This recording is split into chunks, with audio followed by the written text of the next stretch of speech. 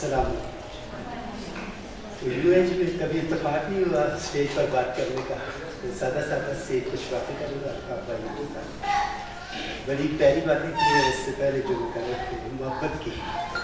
اصل میں میں یہ سمجھتا ہوں کہ جو اوریجنل انسان ہوتے ہیں وہ یہ اسپیشل بچے ہیں ہمارے. نہ ان میں ہماری طرح اثر، نہ بغض، نہ کینہ، نہ کچھ. اللہ نے جیسے انسان بنائے یہ ویسے انسان ہیں.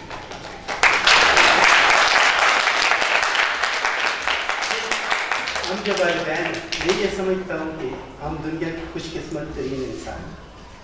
اللہ نے اپنی اس اوریجنل اور اعلیٰ ترین جو مخلوق ہے اس کی خدمت کے لیے ہمیں منتخب کیا اور ہمارے گھروں میں منتخب کیا.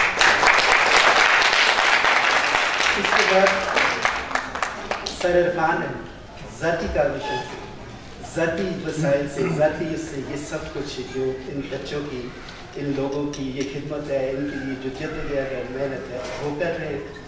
حالانکہ وہ مالی وسائل دیگر کمزور ہیں سب شعبوں میں. اس کے بعد ان کے ساتھ سر سلیم صاحب ہیں ماشاء اللہ کے بزرگ.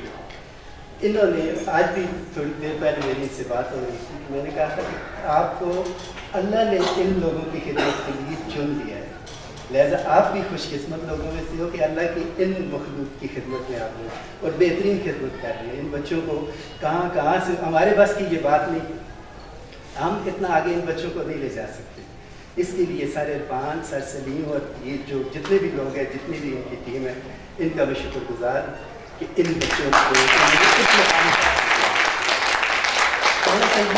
اپنی گورنمنٹ صوبائی سے، حکومت سے ریکویسٹ ہے کہ ان بچوں کے لیے کوئی ادارے بنا دیں، کوئی ایسی چیزیں کر دیں کہ یہ ان کو آگے بڑھنے کے موقع مل سکے. دوسرا، اپنے معاشرے سے تھوڑا سا گلہ ہے. عام لوگوں میں ہم رہتے ہیں، عام سے لوگ ہیں، مدوں میں، گلیوں میں، کوچوں میں لوگ آئیں گے، وہ چلیا وہ سائن، اس طرح کے الفاظ استعمال بہت دکھ دینے والے اور اذیت ناک سے یہ ڈال. ہم لوگوں کو اپنی اصلاح کرنی چاہیے اور ان بچوں کے ساتھ عزت اور احترام کے ساتھ. یہ وہ لوگ ہیں اللہ نے جن کا حساب ہی معاف کر دیا، ان کا کوئی حساب نہیں ہے. تو اس لیے ہمیں بھی چاہیے کہ ان بچوں کی عزت بھی کریں اور انہیں آگے بڑھنے کے لیے